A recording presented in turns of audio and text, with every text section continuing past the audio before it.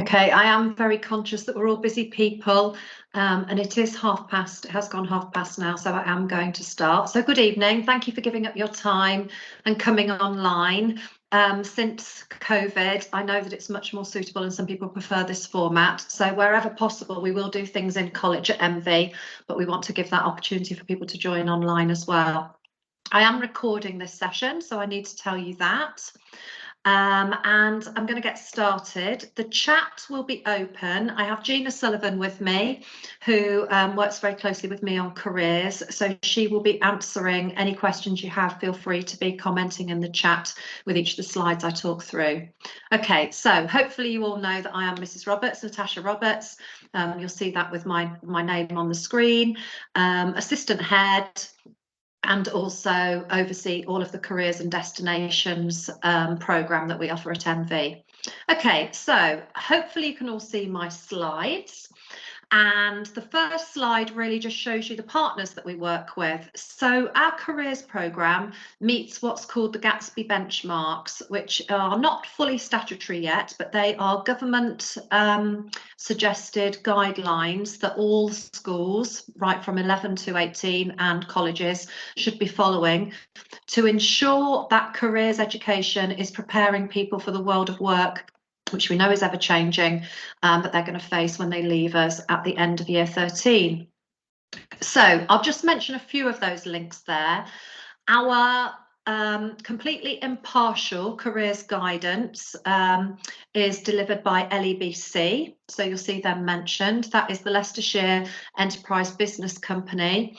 Barbara Chantrell, the CEO of that company, we actually have her come into the building once a week, and students all have the opportunity for a one-to-one careers meeting. For year 12, those will start after February half term, and that's part of our programme that we prioritise year 13, and that will obviously still be going on next year until February for your son or daughter's cohort. I also want to mention on there the LEP, which has got kind of a picture, a view of Leicester's landscape. That's the Leicestershire and Leicester Enterprise Partnership. I work very closely with them to build links and to make sure that our careers programme is ever changing to meet the changing dynamics of the world of work. And they provided for me a STEM focus, which comes through a company through DECRA. On there, I'll talk quite a lot about Unifrog. You have the opportunity as a parent to join Unifrog if you haven't already. I will also mention an organisation called Springpod, which is virtual work experience. And then you may or may not have heard of UCAS if you have older siblings, if your children have older siblings, because that's the process where all young people apply to university. Okay, moving on. So what makes us quite unique at MV, and you can see we celebrated our 10 years last year, is we have the most incredible alumni. And I have to say, working across a large trust, working with many heads of sixth form across different counties and in Leicestershire, we really are quite unique that our young people who have gone through the MV education system, who go on to university, go on to apprenticeships, and you can see some of these young people left us in 2013, are willing to come in and support and give an awful lot of help. We have an annual event with our alumni, but I have ongoing alumni mentoring that students can get the support from previous students, and that's something that will really come into the forefront. So starting in your son or daughter's already met some alumni, because I have had two students who are on the Jaguar Land Rover degree apprenticeship and Dyson Institute apprenticeship. They came in October to launch what's the difference between degree apprenticeship and going to university to get a degree. And then in February, there's going to be several alumni coming back as part of our National Apprenticeship Week. So I just wanted to really highlight that that's something that we're incredibly proud of.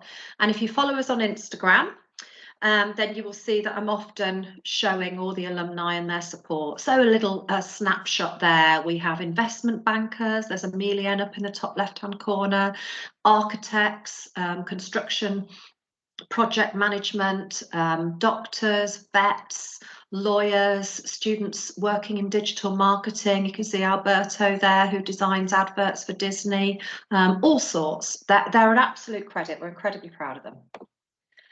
So what I really want to talk to you about this evening is that careers education has to be a three-way triad. It is us at college, it is you as the parents, and then it is the young person themselves driving and researching where their future is going to head. But as this slide indicates, there is an awful lot of change that's going on. So for those of you who are probably my generation, it was a case of apprenticeships were more for the trades. They were fairly low paid, or you went to university or you went straight into work. The gap year was always to go off travelling, but things have really changed. University is still where about 70%, 70 to 75% of our young people from MV end up heading off, whether it's the year they leave or after a gap year. But over the last 5 to 6 years, there's been a real growth in the number of young people who have the potential to go to the top universities who are choosing this degree apprenticeship route. You may or may not be familiar with this, but it is highly recommended for young people that know at the age of 16, 17, 18, the particular career field they're interested in. So, as I've already alluded, that might be engineering, but there are law apprenticeships, business apprenticeships, digital marketing, they're being introduced for the NHS, even for medicine and veterinary, and this is a real growth area. And you've probably seen, if you read the emails I send out, that we're heavily promoting students to start researching those in year 12, even though they won't start applying for till next year. So we've seen this shift, so we all need to be educated about it. There's also an awful lot of evidence when I read reports about careers education that young people do tend to stick to the fields that their parents might be in, and it is important to realise that the fields of employment that our sons and daughters are going into don't even exist yet. So we're preparing them for a world. So if we say that one of the biggest growth areas is cybersecurity and digital skills, well, those careers didn't even exist when the people in their 30s who were working in those jobs were at 16, 17. So just showing you the breakdown of typical destinations. That's how it looks for the cohort who left last year. And we have got all their information up on a map at MV, so your son or daughter can have a look at the different universities that they go to. You will see the gap year is really quite a high percentage. That is some who have got a place for university for 2023, or they are in the process now, and we still do help students after they leave MV to apply for apprenticeships. So some of the apprenticeships they just weren't ready for, or they've wanted to build their employability skills, especially given the impact of COVID on our cohort that left last year. They were in year 11 when they left, when we had the major lockdown from that March, and they've just needed a little bit longer to actually develop some of those employability skills. So apprenticeships is growing, so I would expect that figure to actually go to 75% to university and sort of 17% to apprenticeships once those gap year students from 2023 are on their pathway. And there's just a little overview of the most popular universities or the areas of the country. We do get students that go right up to St Andrews and Edinburgh, but a large proportion of Melton Vale students do like to stay in the Midlands. The Russell Group universities that they're highly attracted to are often in the north, like Leeds, York, Manchester, Sheffield. And then some students will go far down. I mean, Falmouth is an incredibly prestigious art university down in Cornwall, and then students sometimes just have a yearning to be by the sea when you've lived so far from the sea in Melton Mowbray or the surrounding area. So they go all over.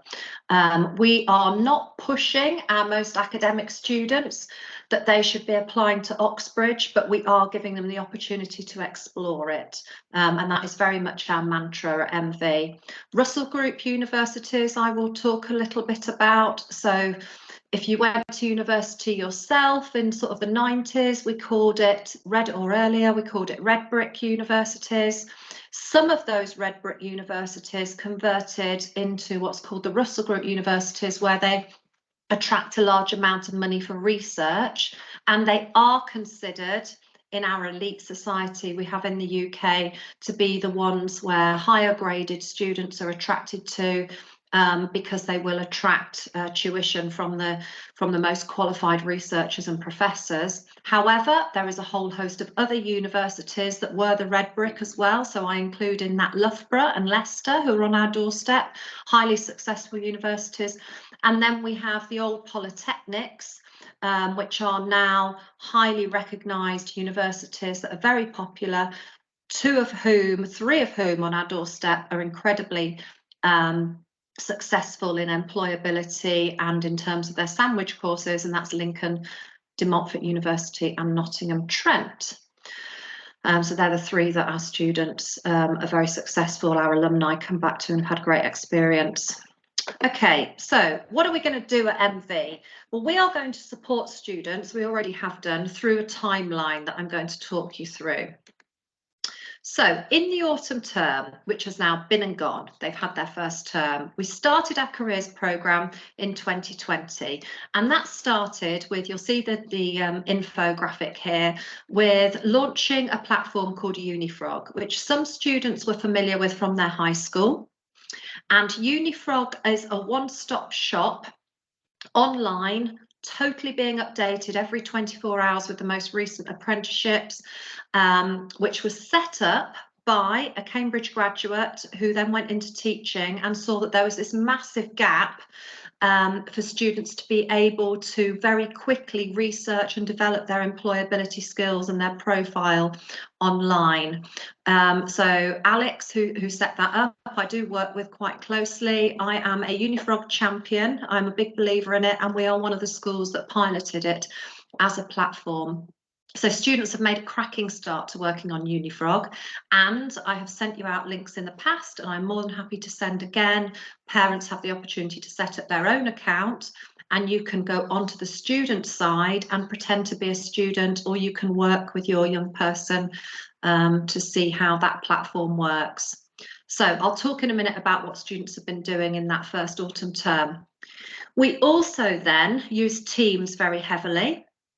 And Teams allows us, and we were using Teams in fact before lockdown happened, for our careers and subject support, but Teams allows us to set up particular groups where we can be posting, so mimicking social media really, up-to-date information about opportunities, meetings they need to come to, when a speaker's coming in, and we have what's called the daily channel. Students need to be checking it daily, but then we have particular groups for our careers programme. So I've got here our students who are aspiring to go into medicine, they have weekly meetings and they've got their own channel. Everything, the NHS are pushing an awful lot of careers education at the minute, so all of that goes on healthcare. A channel all about apprenticeships where we're putting on daily the new ones that are coming live. And then there's a channel for our students who achieved an average of grade 7 across the board at GCSE. We call them our 7-up group. Your young person might come to the Thursday evening twilight sessions. They have the potential to be early applicants. I'll talk about that as well. They have their own channel.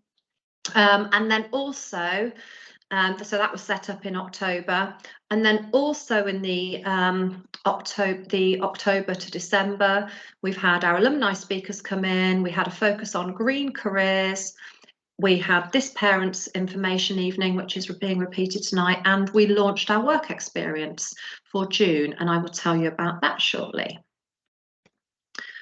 So just going back to this drive by our government to really encourage university potential students to think as an alternative route, we're seeing that the higher and degree apprenticeship route is allowing students to gain a fully funded degree through the process of working, if you like, at the same time studying. So a company like, for example, Jaguar Land Rover or JCB or Boots, there are all sorts of companies which our students have gone off to, and smaller companies as well. They're not just blue chip companies. They will employ a young person and then fund them to go to university. It might be 1 day a week. So, for example, that is how the police degree apprenticeship works through DMU, or in Warwickshire through Coventry University.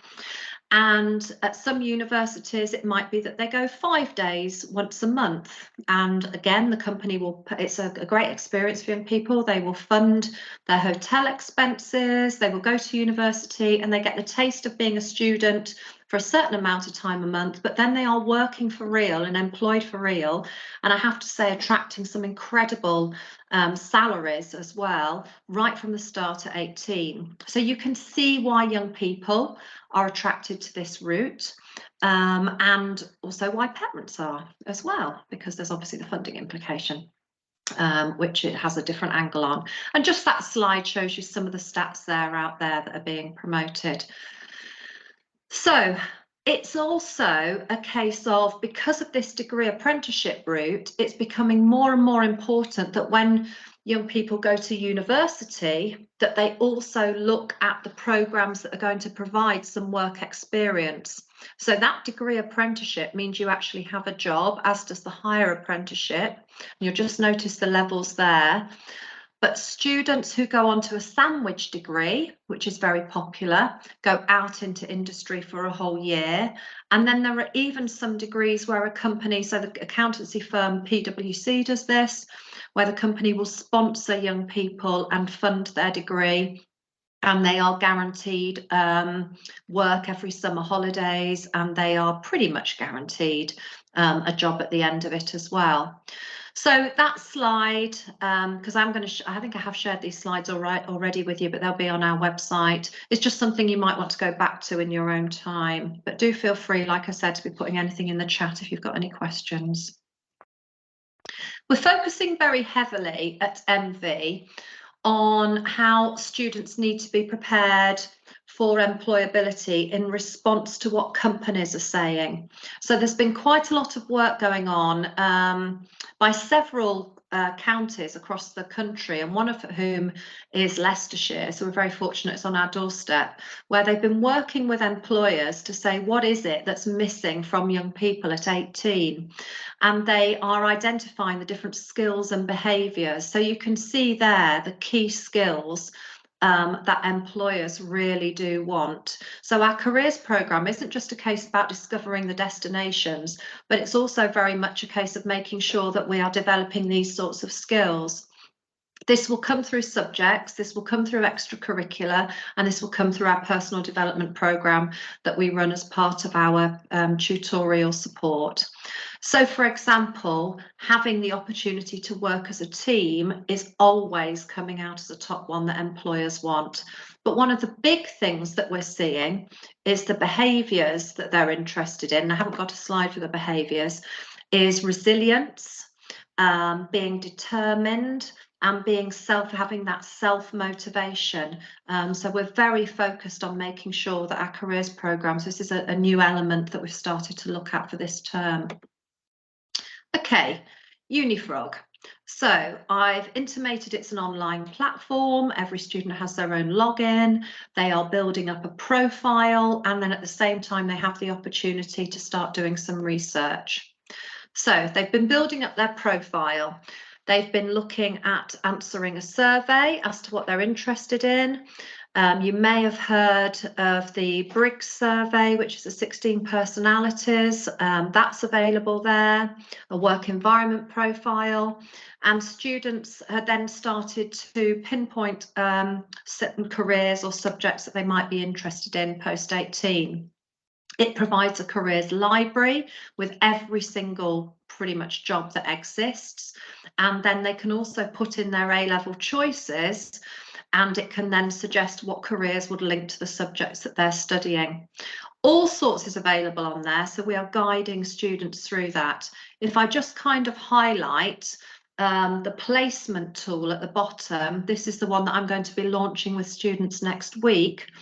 But there's other things on there. We're going to be also launching with them something called MOOCs, which is the Massive Open Online Course Platform, which universities are very keen on young people doing more than just their A-levels, so they stand out from the crowd, especially, as I've intimated, at those highly competitive courses and universities. And then they've started doing some research. So they've started looking at reflecting on themselves. What skills have they already got? What activities do they do? And many of them, I'm so impressed. By Christmas, I set them a target. Most of them exceeded that. Have actually started looking at universities in the UK and maybe even overseas. There are some European options, and even, you know, it's expensive, but there is an option to study in the US as well. And then, of course, the apprenticeships, but students have started looking at what is available. And obviously, by this time next year, they will have actually completed their university application and be incredibly busy with apprenticeship applications, if that's their route. Okay, so I want to talk a little bit about what's going on this term then. We started it last term, so I'm still kind of in what we did in the autumn term, but Gina Sullivan is overseeing the virtual platform for us, which is called Springpod. So we are a Springpod college, which means that all students have an account and they can access a virtual work experience. And what's great about that is it actually mirrors a lot of how hybrid working is happening, being on the a call like we are now, getting experience of this, and they can log on and see what virtual work experiences they can take part in. Some are in set weeks, some you can dip in and out of. They are set projects, they get to meet individuals from companies, and they are accredited so that they can actually put it on their CV. And if students don't manage to secure a face-to-face work experience in June, because that is going to be all self-placement driven, then we will be asking students to complete a virtual work experience. And employers really like the virtual, and universities as well, because it's also showing that they've got those tech skills and that interpersonal ability to communicate online. But Springpod isn't just that. Springpod also allows them to do little taster courses of university. So they could go on and do a 5-hour taste of what it would be like to do a business degree, what it'd be like to do a law degree, a biomed degree, something like that. And it has a search engine and it has various advice. So this virtual work experience programme, we are going to set the target that all students at MV have done one of these by the time they finished year 12. It'd be great if they could even do 2, because they've then obviously got that lovely long summer holiday that you get in person. So that's something that we've launched this year, this last term. Okay, spring term, we have got all sorts going on. So it is going to be National Careers Week and National Apprenticeship Week in February and March. So we've got all sorts going on there. We will be introducing how the timelines work for apprenticeships so that they can see what they need to be doing this time next year. So we'd like students to almost mirror what's becoming available. Right, this time next year, would I want to apply for this, this or this? When's their closing date? What are they asking for? So they should really be having a look what year 13 are doing. We are going to have, we are setting up already with medics some buddy systems. So when students show that they are interested in a particular career area, I'll be buddying them up with a year 13. They can start, like I said, from February having their careers meetings. Early applicants are going to have offered to them over the next couple of days, so those students with the higher GCSE grades, the opportunity to visit Oxford University, whether they're interested or not, it just gives them that exposure. We've started our MedSoc and our vet med support because, again, those courses are highly competitive and have to be done a little bit earlier. And we have got all sorts of alumni work going on as well. In March, I will be offering 100 places, because we're only allocated so many, to go to the Lincoln University UCAS Fair on March the 15th. So that will be a first come, first served. That will be an opportunity where every university will be there to be able to go around a market stall place and pick up in a quite traditional way prospectuses. Again, if students don't go, there will be other opportunities, but I expect to sell those 100 spaces quite quickly, and I will have to charge for the cost of the bus. Then students will also start to be able to book open days. Highly encourage you going on open days to different universities. They start becoming available from March, and there might even be taster days to go and do a whole course. And then there's all the online things, there's a virtual work experience, and they will be finalising what they're going to do in June for work experience. So we've got a very busy spring term ahead of us. They'll start shortlisting their universities, and I will be taking them through how to do this, but please do go onto Unifrog yourself and have a play on how you can filter. So the idea is that you can set different criteria. So I don't know how clearly this actually shows on the slide. I'll be honest, I can't see it on my screen, but it allows you to say how far, you put your postcode in, you're allowed to say how far you want to go. Do you want it to have a placement year?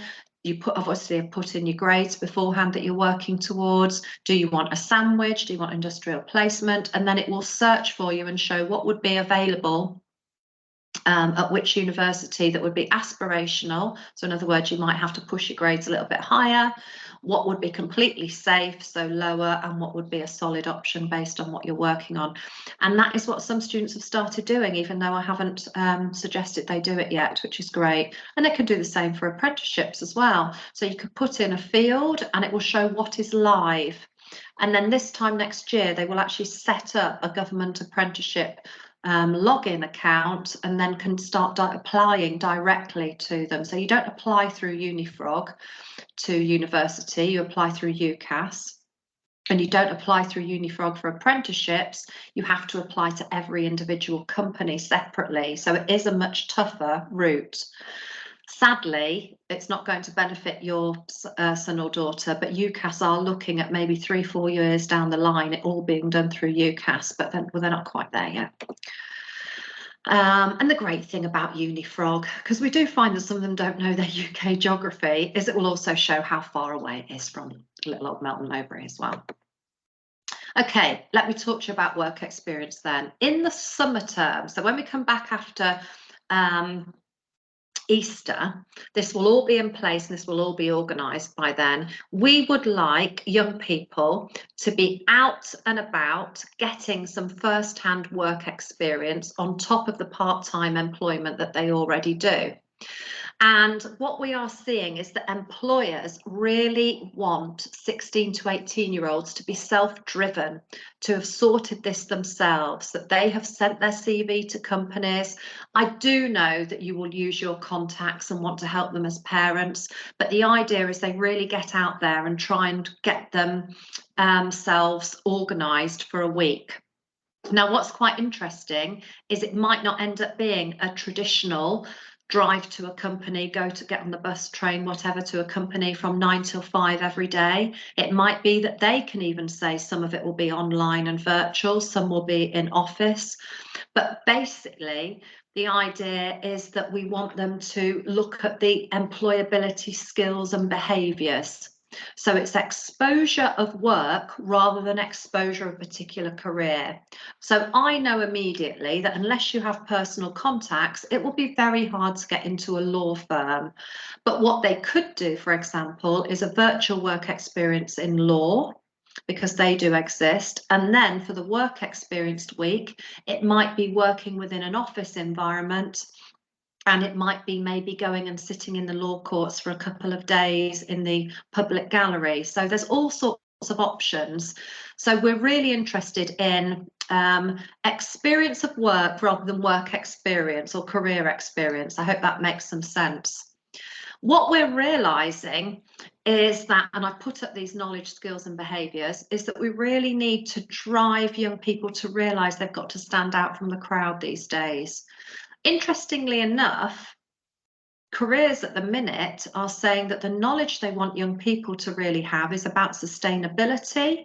It can be about health and safety. It can be knowledge of how you run a meeting formally, how you behave in a virtual meeting, that sort of thing. Skills are very much communication, teamwork, leadership, and the behaviours, like I said earlier, that are being really encouraged for young people to be able to evidence is that they're self-motivated. Well, that would be evidenced by organising your work experience, and that resilience of a case of failure doesn't mean failure. First attempt in learning is what I always like to say for when people fail. But the idea is that they can cope with everything that life throws at them, which we know is tough. So what's going to happen is there's going to be this self-placement tool on Unifrog, which I'm going to show them next week in an assembly. And they do need to be thinking between now and I think February half term at where would they like to go, who can they contact, and talking to yourselves, friends of the family, neighbours, whatever network contacts you have. I'm even going to say at this point, if you are an employer or you work for a company, and even though your son or daughter might be not interested in that field, if you think you could offer a work experience, then we'd really like to hear from you. And many parents have come forward to me when I did this meeting in person, saying that they'd be more than happy to have young people apply. So the idea is we're going to have this period of time to see what they can secure. When they've got the information of an employer, a contact name and email, that literally needs putting into Unifrog, and then we do the rest. Parents will be sent automatically something to complete. The employer will be sent something automatically. We then have to do some standard checks to do with risk assessment, to do with health and safety. It might be that DBS is irrelevant, but no, we're not running it through LEBC. So in answer to that question that just come up, we are running this all independently through MV. And if people need any help in finding a placement, then we're going to try and help doing that. So yeah, I've just seen a question. Sorry, Gina was ready to answer that, but I saw it ping up on my screen. So the idea of the LEBC is they will charge us. We're not going to charge a penny through this because we've already paid for our Unifrog license. And as long as the companies can provide that documentation for us, then actually for 16 to 18-year-olds, we meet the legal requirements through the documentation. Not everywhere needs to be visited. So this is what colleges are doing this up and down the country using the Unifrog. But please do ask any questions about that. And if you want to do that in the chat, you're more than welcome, and I'll allow people to put their hands up and put their mics on at the end as well. And then also feel free to contact me independently.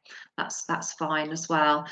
So some students have already got up and running with this because their parents were in the meeting in November, or I sent out that email which confirmed the week. But I'm expecting most people to start getting moving in February, as finalising by Easter, and then having that week all set up for June.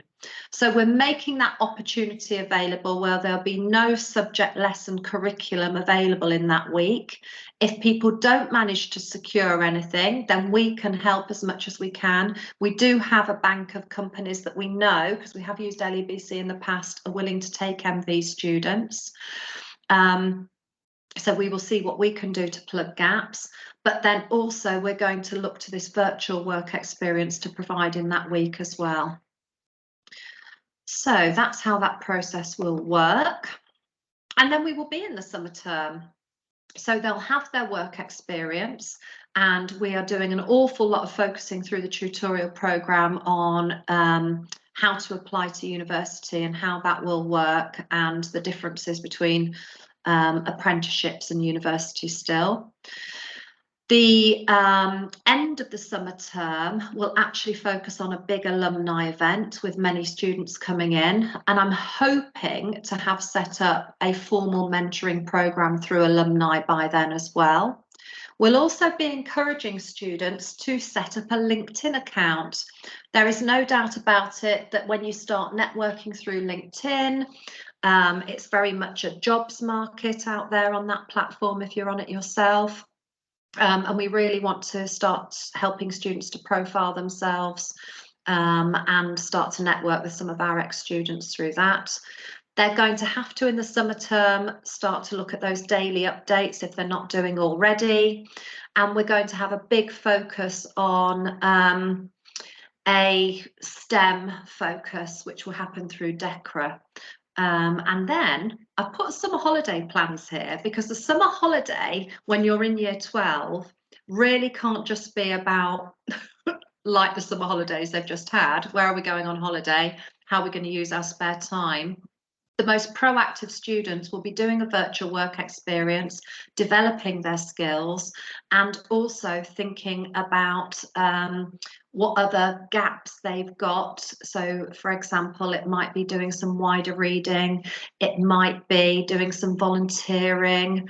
But yeah, we will be having a look at how they can best make use of that 6-7 week break, and obviously having a holiday as well. And then we come back into year 13, and it kicks off, the academic year kicks off with an applications intense 2 days, where we divide all our students into workshops. We run 8 workshops, which divide into different career areas, and they start planning their CVs and their university personal statements. So, for example, if they are interested in sustainability, environment work, politics, we have a growth of students that are interested in international relations and politics. They would be in a specific workshop, and then that teacher is an expert on that career area. We are very fortunate that we're all just A-level teachers, so we're all very driven in knowing where our subjects lead in terms of careers and university pathways. They will start to help them form their personal statements, look at the apprenticeships that may be available. And if they're really undecided, which is very common and very normal, this is the opportunity where the work they've done over the summer to help them research can really be consolidated and start to help those make those decisions. We'll also be running an intense applications apprenticeship workshop later in September. And we will allocate each student a personal referee who is a subject expert, whether that is university or apprenticeship. One teacher will take sole responsibility to see them all the way through to results day, to help them with their applications. And actually, having said that, in their gap year, that teacher will, as long as they're still in the still work at MV, otherwise it's me, will still support them in that time after they've left. If a student is an early applicant, that means that they want to put an application into Oxford or Cambridge. You can only apply to one or the other, or they're interested in medicine, veterinary or dentistry. We will be working with them to make sure there's a sent off by the 15th of October. And to be honest, those students will probably be known to us by sort of March time this year through the 7-Up group. Some degree apprenticeships, the very competitive ones, will come out in October as well. So, for example, the Dyson Institute for Engineering, which tries to attract Oxbridge candidates, they close theirs in November and start interviewing very quickly after Christmas. And those careers meetings are ongoing. So that's the winter. Then the spring term, which is where we're at with our current year 13. Lots and lots of support for the apprenticeship students, lots of support for people who are doing gap years. By the end of January, which is what we're busy doing at the minute, we get all UCAS sent off. We provide you with information as parents again. We will be helping you learn about student finance if you haven't got a young person already at university. We will be setting up practice interviews. So tomorrow I'm doing a practice interview for a student who's got a primary school interview at university, another one who's got a midwifery one, and we draw again on our alumni. Doctors, the medics have already had their interviews, they've all been helped. And then we get to the point where they're obviously finishing their A-levels, and they've got their exams to do, and then they'll be deciding who will be the university that they firm as their first choice, and then they will need a backup plan, which is an insurance offer. We'll be educating them in what all that means. And some universities are now, once they offer a place, doing another open day opportunity, which they call an applicant day. And it's like a conversion day. It's to try and make you firm them, but they are highly recommended to go and do. That's the spring. Then we go into the summer, have to complete that student finance, have to book your university accommodation, have to do your exams. Apprenticeship students still might have them coming up. Some of them might not close till August, so we'll keep helping, and LEBC will be helping us with that. LEBC then offer for us a CV sharing service that will be with East Midland based companies for people who haven't secured apprenticeships. And then we are around to help on results day when it comes to university. And then the terms will start, and our gap year students we will keep helping until September 2025. So I have got 3 ex-students tomorrow that I need to finalise references for, because they didn't want to go to uni while they were at MV. They've changed their mind, so I've been helping them. It's the worst situation to be, because you've not been at MV for that help, but that does happen every year. And brilliantly, they can keep accessing Unifrog, and I see alumni logging onto Unifrog all the time until they're 25. And I have to say, LEBC will also keep helping students. So if you start an apprenticeship for a year and it isn't what you really enjoy, or if you unfortunately decide university isn't for you and want to go down the apprenticeship route, get back in contact and we signpost, and LEBC are more than happy. If you say you went to MV, they'll know you and they will keep the help. So it is 6:15. I know I've talked at one heck of a pace and gone through 26 slides, but if anybody has any questions, then please feel free. I will stop sharing and then I can work out how to do that. And then we will be able to answer any questions or let you go and eat your tea, more importantly. So do feel free. I think I probably need to also just edit my options to allow you to put your mics on. If anybody wanted to ask any questions as well.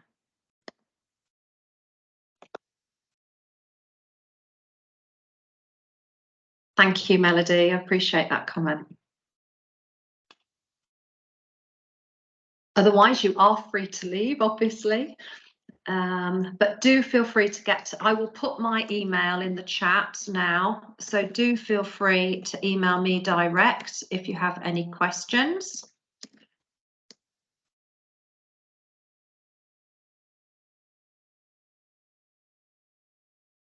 Thank you. But otherwise, enjoy your evening and thank you for your time. Yes, I'm going to share the slides. I do think they might have come out already, but I'm going to share the slides on our website and then I will send the link out. The dates for the work experience, I will go back to that slide so you can see that. And that is going to be the 19th to the 23rd of June.